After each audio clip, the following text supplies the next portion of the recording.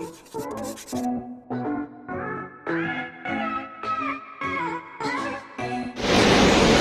to Disneyland! Damn! Fuck man! Dito na tayo. Magkano tayo dito ngayon ng M.2 na SSD. And then syempre samahan din natin tropa natin bumili ng kanyang PC. So dito tayo sa Gilmore, no? Sa mga di nakakalam, itong Disneyland nating mga gamers, no? PC gamers lalo na. So check natin yan. Let's go!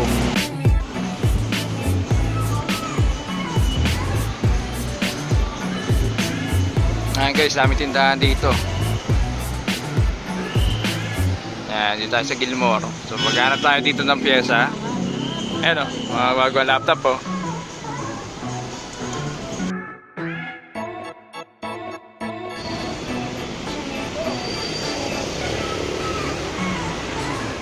Pupunta tayo ngayon sa isa sa mga pinipilahang rides dito guys.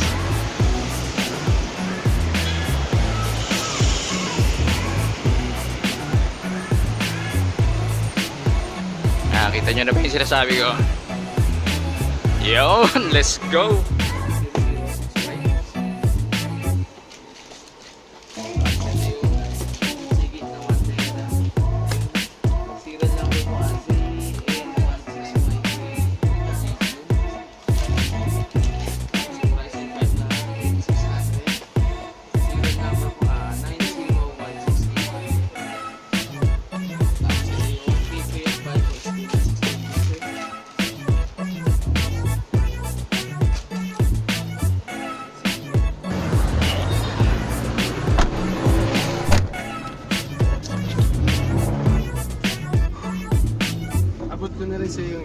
Sa tayo ng Disneyland, men. Tayo mascot dito eh. 1 week later. What's happening mga mamsters, no? So, ngayon na natin bubuuin yung pinagbibili naming parts ng para sa desktop. Last week sa Disneyland, no? So, hindi doon sa Gilmore. So, ngayon lang tayo nagkaroon ng time para buuin siya. So, let's do this. Pero papakita ko sa inyo lahat ng mga parts and then yung prices, siguro lagay ko na lang sa video. So, first, para sa CPU, para sa processor, gagamit tayo ng Ryzen, yan, 2600. That's Ryzen 5, 2600.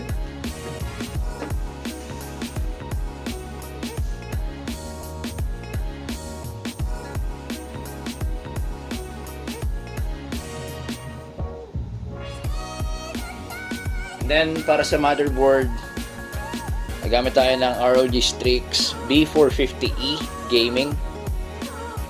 So, yan. Dapat, ano lang to eh, dapat F lang yung bibili namin eh, yung non-Wi-Fi. Pero last minute change, nag-decide siya na parang mas preferred daw niya is Wi-Fi since medyo may kalayuan yung pwesto ng modem. So, parang first floor, second floor.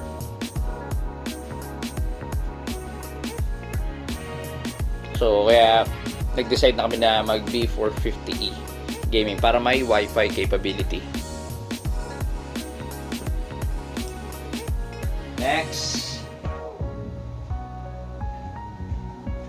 So, para sa GPU, ito. Para sa graphic cards niya, hindi gamitin natin is yung Strix RX580. So, ito na yung top OC edition niya.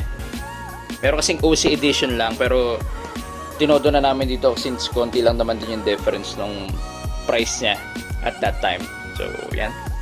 Sabi muna natin yan.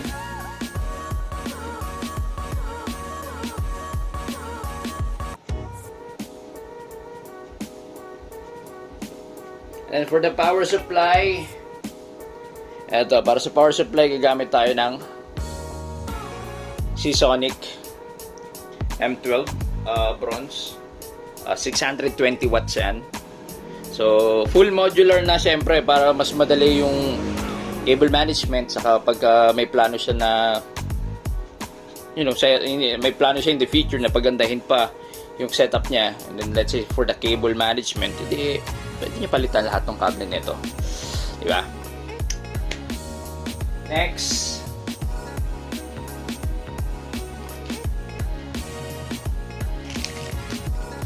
Ito. Bili tayo SSD. Kingston yan, 240 gig. And then, syempre, sinamahan na natin yan ng Seagate Barracuda 1 terabyte. Ayan. And then, RAM. Ito. Viper Gaming, Viper Steel. DDR4 na 16 gig with 3200 na megahertz. So, isang bagsak na natin. Originally, plano is like 8 gig lang. Pero since isang bagsakan na, 16 gig na. So, yan.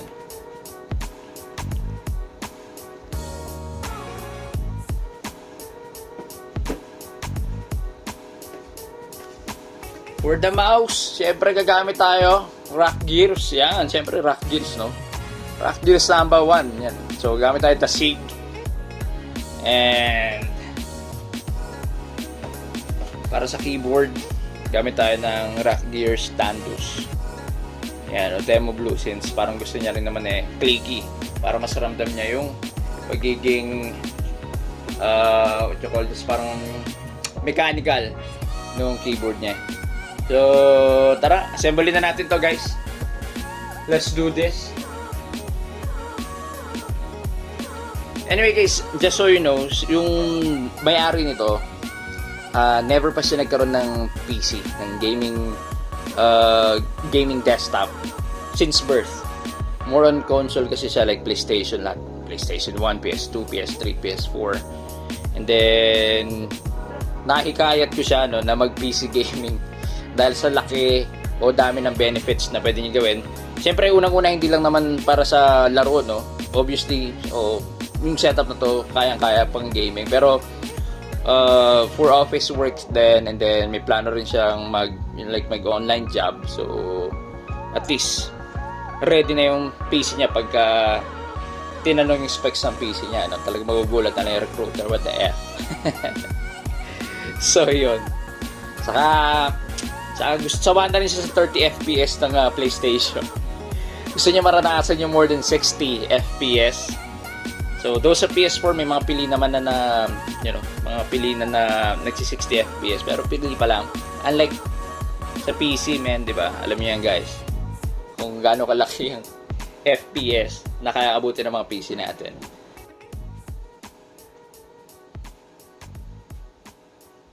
At gulang, no? Para pala sa case, gagamit tayo ng Rack Gears Huna 2. So, alam niyo naman yung case na yun, ano? So, isa yun sa mga na-review ko na rin. So, check nyo na lang din yung channel ko para doon kung curious kayo kung ano yung Huna 2. So, black yung kinuha natin. So, ang total price nung loob pa lang ng case mismo 40,160 pesos na. Wala pang funds yan. So, let's say kung 6 pieces na Maris X2 funds ang ilalagay natin dyan, additional 3,200 yon for 6 pieces. So, pag sinama na natin yung iba pang parts niya, gaya ng case, mouse, keyboard, and then yung fans, bale, 40,160 plus 2,295 plus 495 plus 1,395 plus 3,295.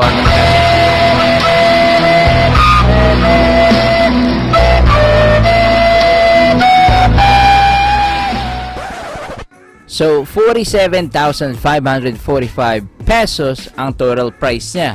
So, ayun mga mamsers, sa next video natin, i-assemble natin to. Or, mas maganda kung magko-comment kayo kung ano yung mga gusto nyo malaman sa ganitong build. For example, kung anong FPS sa specific games or application, or kung kamusta yung temperature niya, kung gaano siya kainit pag todo workload siya. So, like this video kung gusto nyo yung idea na yon, then let me know in the comment para masama ko sa next video natin. So, huwag nyo din kalimutan mag-subscribe at i-click na din yung bell button para updated kayo. So, see you next video mga mamsers. See you in game. Peace out.